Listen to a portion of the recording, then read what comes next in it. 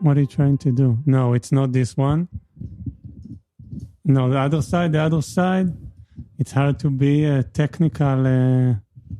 I think this is pretty good. Oh, yeah. The other boreg. How do you say boreg? Screw. The other screw. Nobody says like screw you, like tavlig et atzmecha, you know what I mean? Like screw you. Yeah, how many people have been saying fuck you to each other this week, including me and siblings? It's been pretty fucking violent.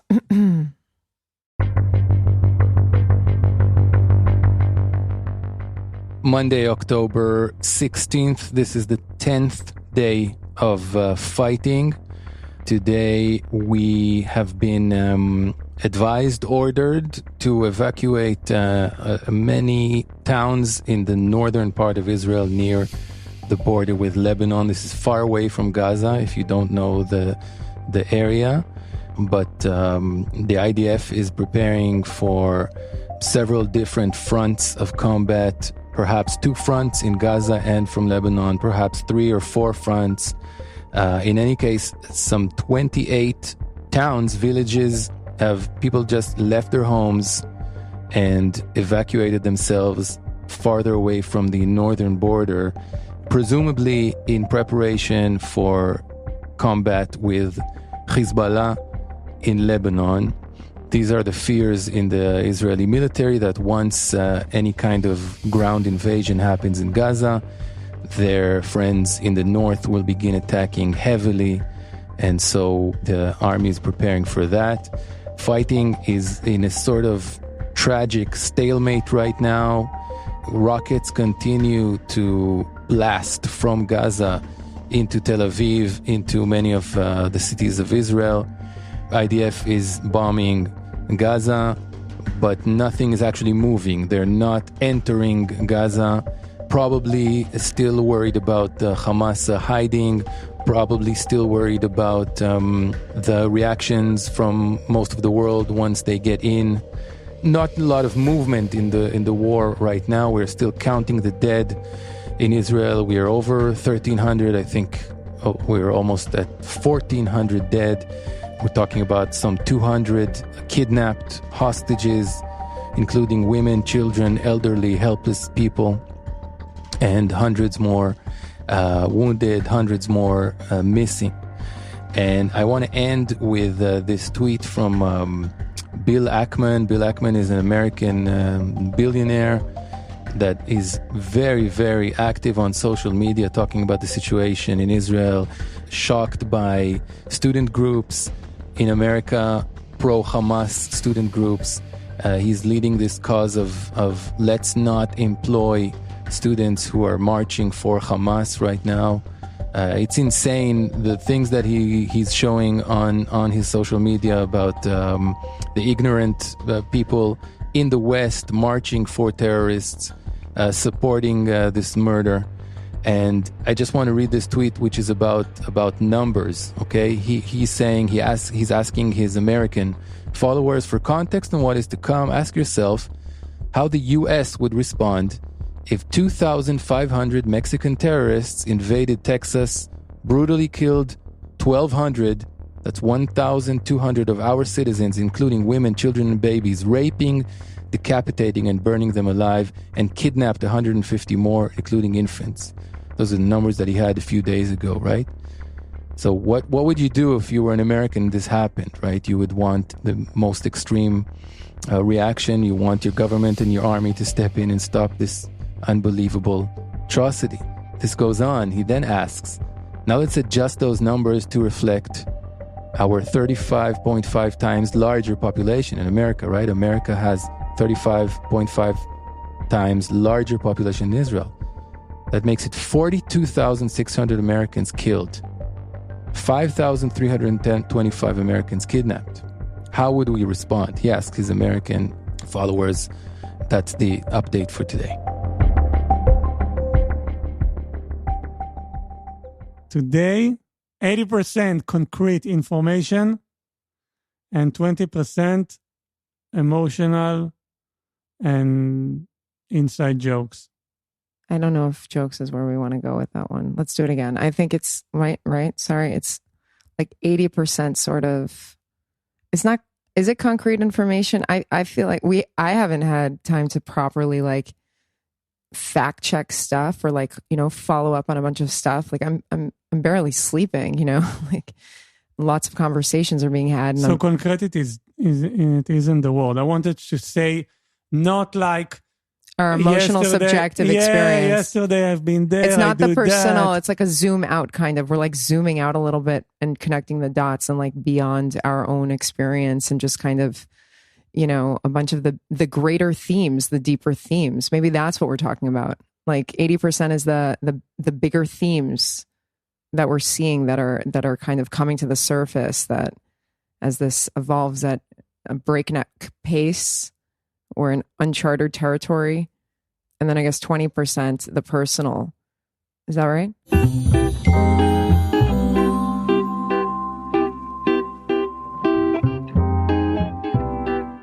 It's taking me a second. We just had an air raid siren as we were about to start recording. My sister. Just a second. That's important. You should answer her. In a video. נועם קאב, אני באמצע הקלטה. Family dynamics have been can we do like maybe 20% on family dynamics for a second? Or I don't know, but that's been a really real aspect for me in this whole thing. My family's scattered geographically. I have a niece and nephew serving in combat units, and our dad is in South Florida, and he was a combat medic in 6th Day and Yom Kippur. And, you can leave this place like you were saying yesterday, but you can never really leave. And, and I'm the fourth of 5 children, and it's a very diverse family, and like everyone's kind of scattered across the states, and everyone's scattered across the political spectrum, and everyone's scattered across the map in terms of like professions and degrees and whether they ended up getting, a college degree or a graduate degree and whether they didn't, and what their take is on all of this. And there's a lot of trauma in the family, and this has been a hugely triggering event for pre-existing trauma that lives in our chromosomes, but also traumas that we have from each of our lives, and then this new trauma. And a lot of people are focusing on a body count, They're like sitting there on the other side of the world. Maybe they've never been here. And they're just like, ooh, this many people died there and that many people died there, as if like body counts are the only thing that matters. A friend was telling me that their friend is over at NYU in a graduate school program. Too personal, but it's just a friend. Yeah, but that person's Israeli and they're in New York right now. And okay, but I tell you, like every time you shout out it's like friend, too much. I know it's like it should be like short and like I call a friend. I didn't call this person. Someone else recounted this story to me a few nights ago. Never mind. Okay, keep and going. Told me Sorry. that this person was experiencing isolation, in school this week. Like they're in grad level, postdoc, whatever seminars, and nobody spoke to her. So she went to the head of the department and was like, "What is going on? Why is everyone like ostracizing me?" And then he gave her some like response, like, "Oh, you're in our thoughts and prayers, our deepest condolences. We're not really sure how to navigate this. We hope that you have..." But can we blame them? Like, hold on. But then he said something that I think is really goes to the heart of the matter. He said something like, "Well, we really hope that you and your loved ones are safe." As if, like, if I haven't suffered some sort of bodily injury, like I'm totally fine. Like we're not being super triggered and like our heart's not everywhere, and that this hasn't been harrowing, and that this isn't super scary for Jewish people in the diaspora that are, in New York City, where it's essentially neo-Nazis parading around New York City. New York City's been home to Jewish people since the 1600s, and it's been home to Holocaust survivors, and it was home to Jews during the Holocaust. And there's so many dimensions of this. And so what does that even mean to say, well, I just hope you and the people that you directly know are safe. This isn't about me and the people that I directly know. This is a bigger collective thing. This is a huge collective trauma. There's family trauma being reignited. There's stuff on an individual level. This is like so many dimensions that it's just, yeah, I guess I'm messy as fuck. I'm not, my weakness as a person going before this even started is like drilling down, making things concise. Like I tell a story in like 18 parts and then they like connect. And so I'm not shining at being concise right now. I'm a messy fuck.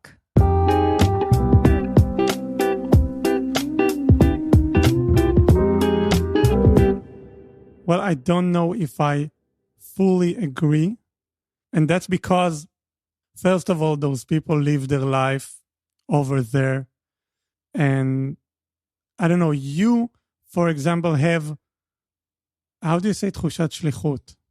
אולי תסביר לי, כי שליחות יכול להיות כאילו כל מיני דברים. שכאילו את בשליחות לגבי המשימה. אני חושבת שהרבה מאיתנו בשליחות. כל אחד מאיתנו יש לו כאילו איזה יעד. אז איך אומרים?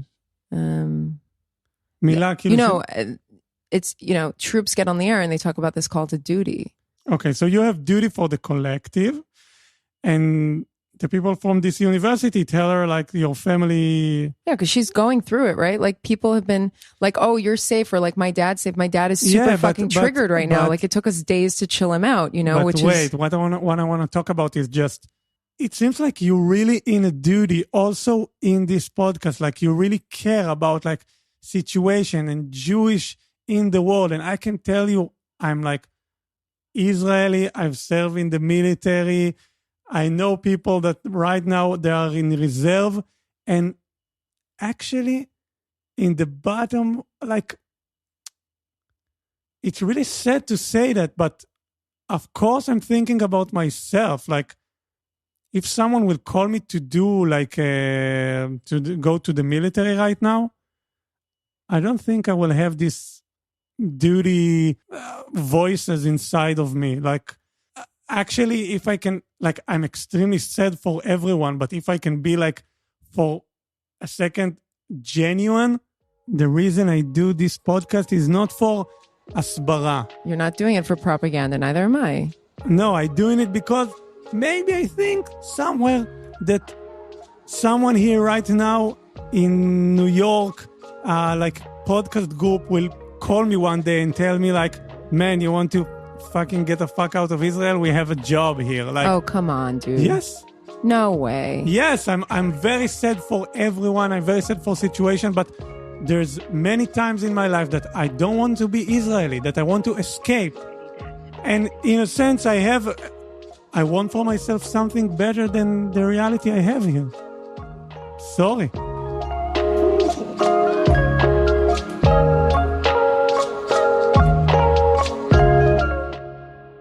I guess what a lot of people are waking up to is, even if they are Jews who march alongside every other like civil rights movement right now, including like Me Too and stuff, right now, there's no outrage about what's going on.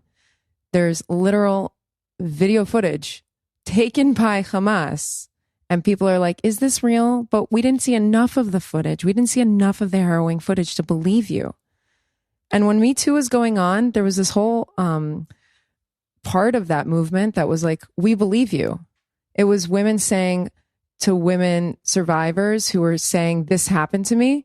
And we were saying, we believe you. We're with you, without any photographic or video evidence of what happened to them.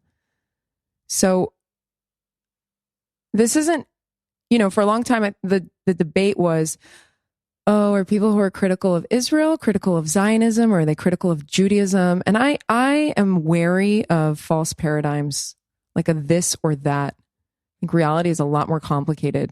And we've gotten into this. We were just in the shelter with non-Jewish bodies, Eritrean refugees. Like, this is our reality. This is where we are right now. It's not just Jews on this block underneath those air raid sirens. The little kids, the moms who are like completely distressed, is also super triggering from that for them and their life experience.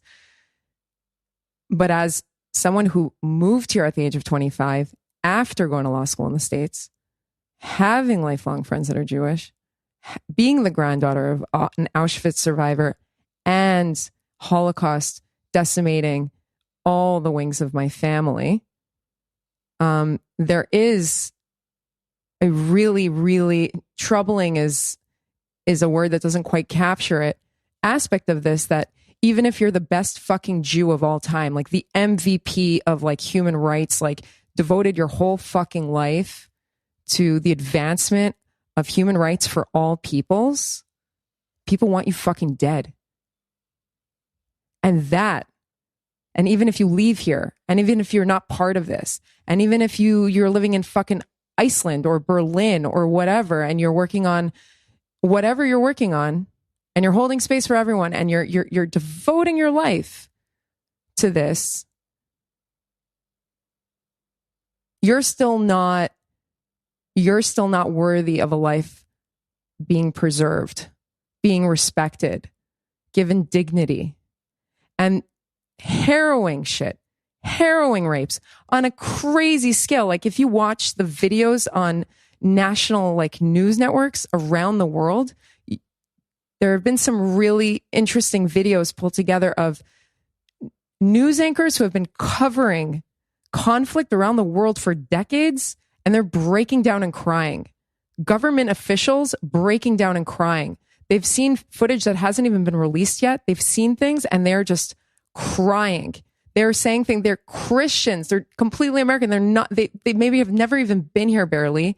And they're just like, this is one of the worst massacres in our history, in our shared history as people on this planet. This crimes against humanity happened this week, against humanity.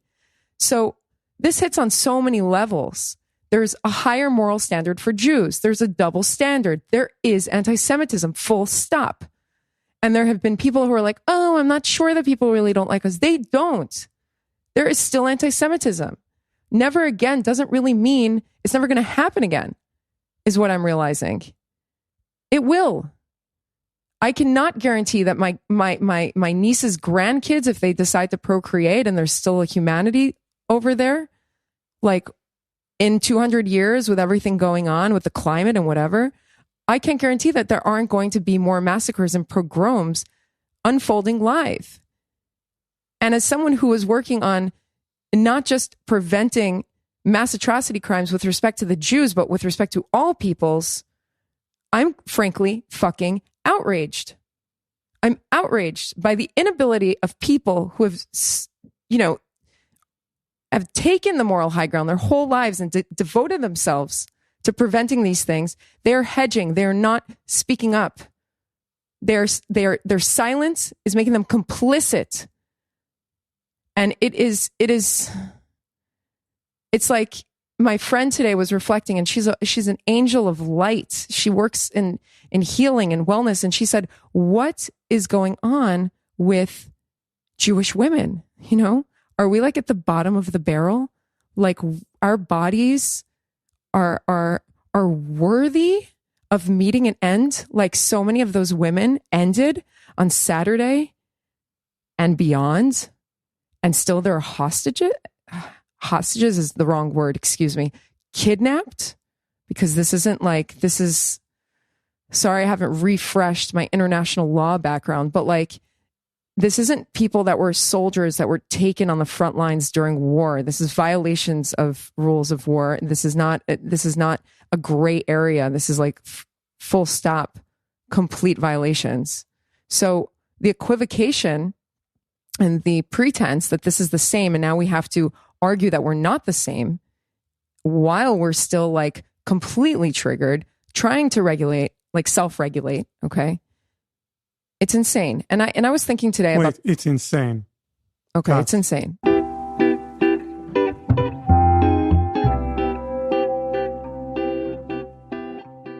Oh, great, another siren.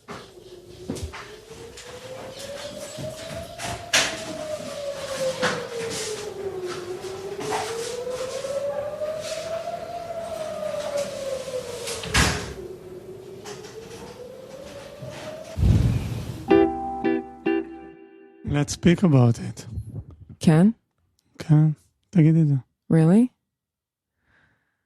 English. So we just had an air raid siren, and I'm thinking about something you said before, that you don't feel this call to duty like a soldier, which, I mean, I think you don't have to be a soldier to feel a call of duty or contribute here, but leaving that aside, you said something along the lines of,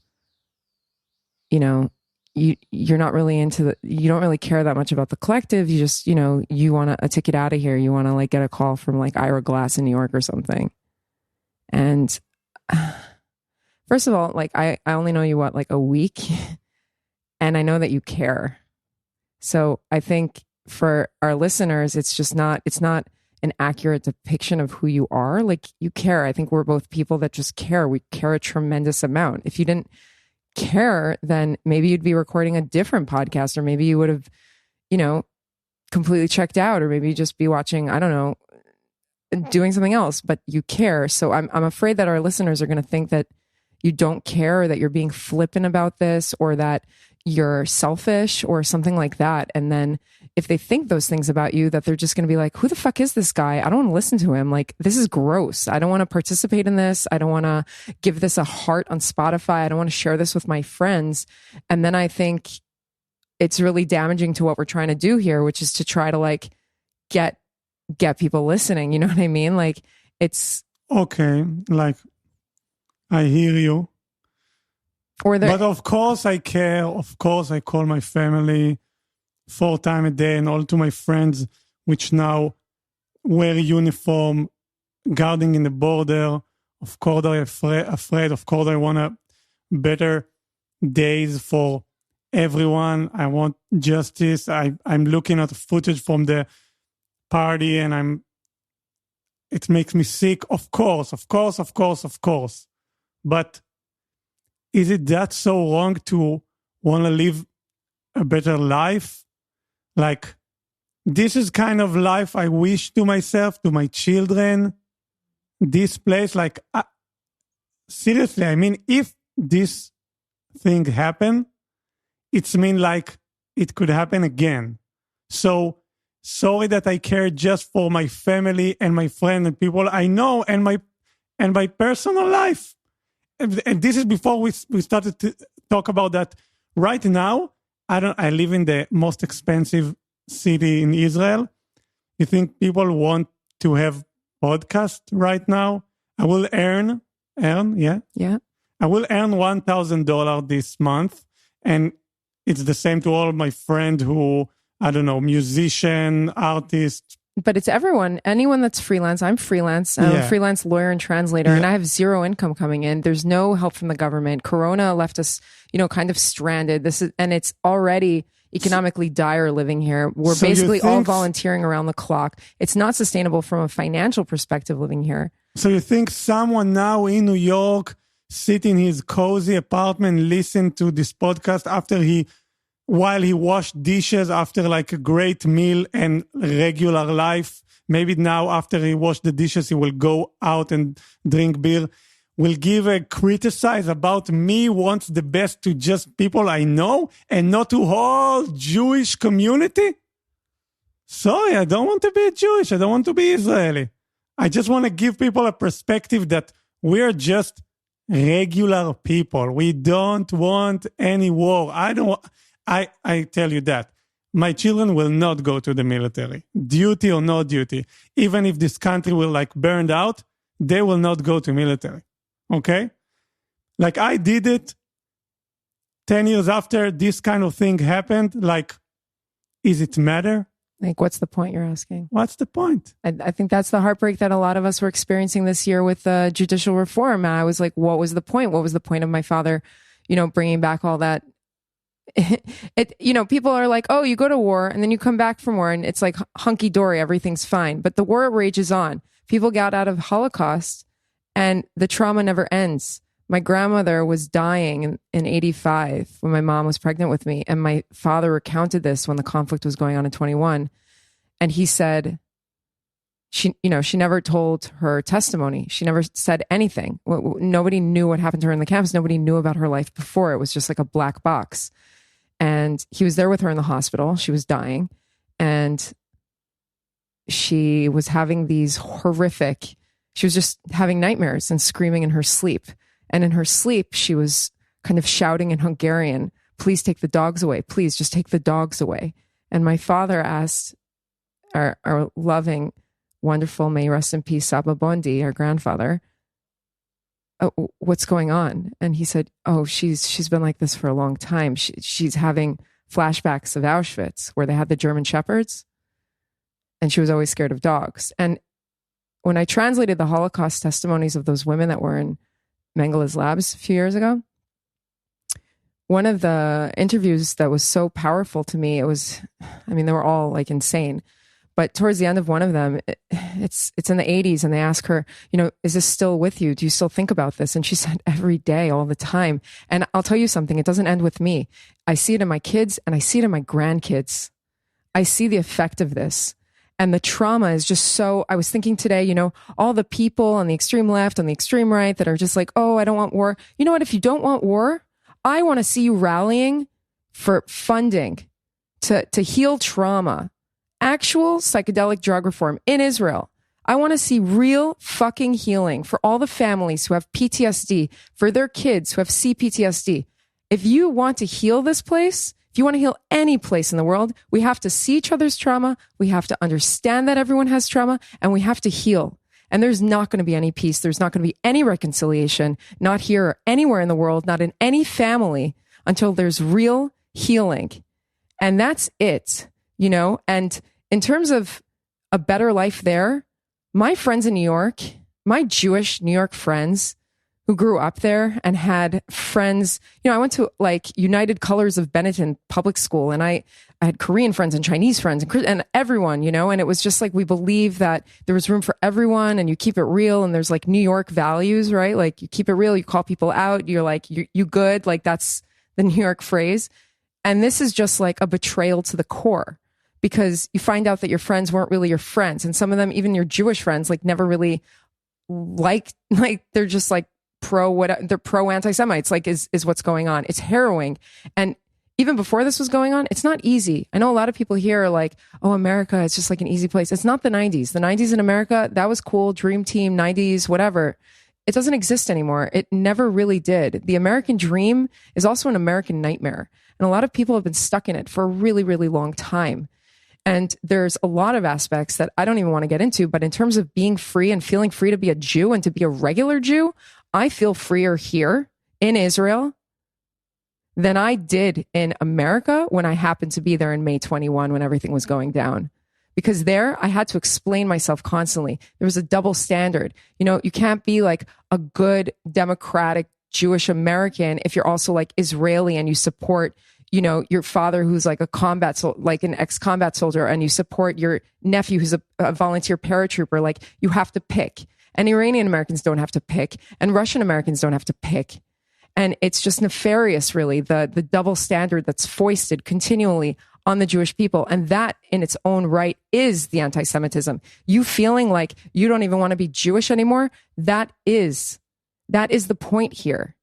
That is another aspect of this ongoing psychological dimension to this heinous war that is still going on. To call it a war is I don't even know. But I had this thought this weekend that I can't sing I'm proud to be an American, where at least I know I'm free, where all across the land, people are chanting from the river to the sea.